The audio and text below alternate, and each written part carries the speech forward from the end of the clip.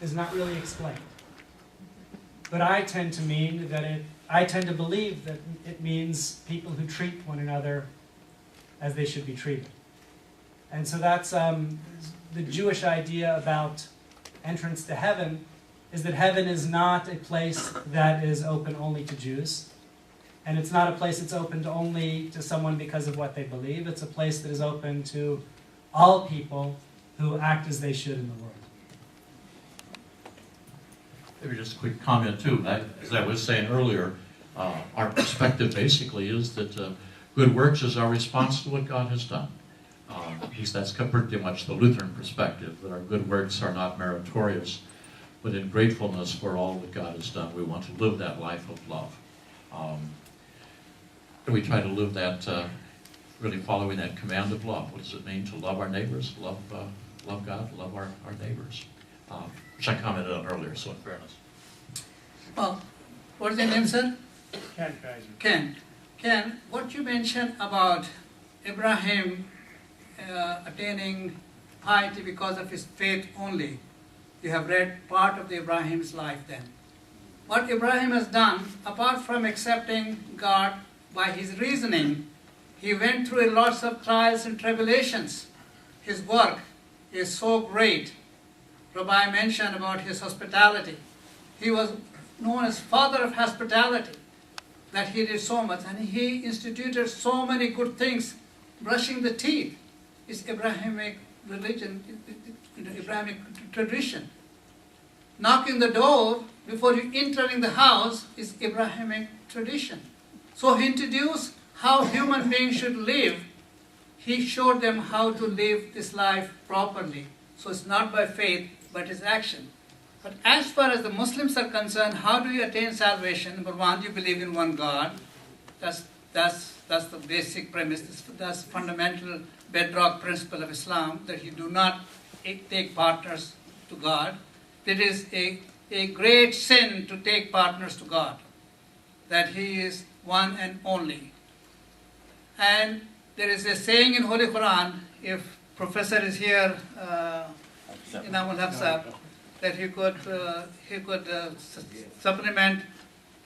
supplement that it says, Jews and the Christians who do good deeds will attain salvation. So Jews and Christians who have done good deeds, meaning that they have their faith and their actions right, they could go to heaven. If you could correct me. It's okay, next.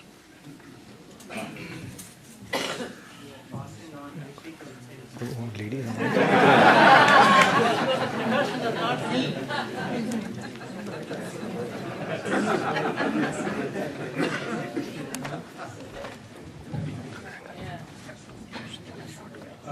Yes, first of all, I'll make a couple of points, and one of the things I would suggest that each one of us should be careful is that we want to understand the perspective of faith from the people who believe in it.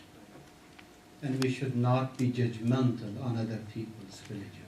That's the one goal of any interfaith dialogue, is that I want to understand Christianity as a Christian understands it, not that I should tell him what you understand. This is very important if we want this dialogue should grow and conversations should continue. Another point I want to make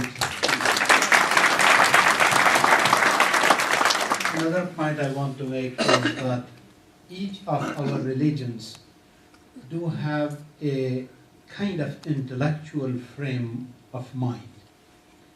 And these paradigms are quite different. We approach issues from a very different perspective. The idea of salvation does not exist in Islam as it is discussed in Christianity. I think it will be very wrong to think that as a Muslims we believe that we will enter paradise because of our good deeds. That is not Islamic doctrine. Prophet Muhammad was asked this question, and he said that no one enters paradise except God's mercy. and no one should think that his deed is good enough that he can demand God's mercy in return. So again, the element of gift is present in Islam equally. And however, we think that obedience has to be done because as servants of God, we do not have right to disobey. It is more natural for God's servants and His creation to obey the command. So we certainly obey the command, we don't want to disobey, but at the same time we believe that in ultimate sense it is God's mercy which saves us, not our own good deed.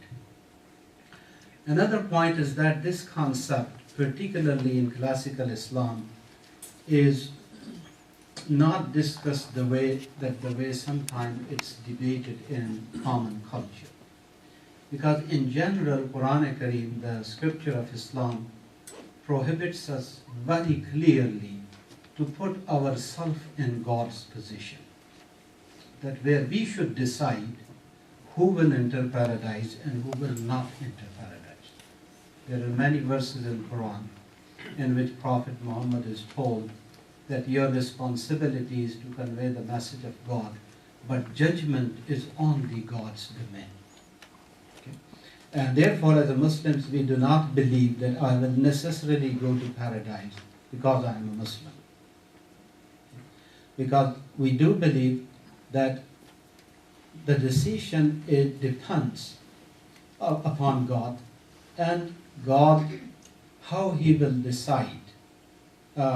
We cannot restrict God. We cannot tell God whom He should send to paradise and whom He should not send to paradise. There is a saying of Prophet Muhammad, upon whom be peace, he said that God created 100 mercies in eternity. And out of those 100 mercies, He placed one in this world. And because of that one mercy, a mother loves her child. And because of that one mercy, a person will reach out to help a fellow human being. And then He said that on the day of judgment, God will bring His other 99 mercies and He will treat His people with mercy. Now, how this functioning of mercy, this functioning of grace, it should not be understood strictly in legal sense. And we should not be judgmental here. What we can say is that in our tradition and in our scripture, this is the way we understand this issue. And as Dr. Sami said, that God is certainly much greater than our mind, and even sometimes the way a religion is trying to grasp that truth.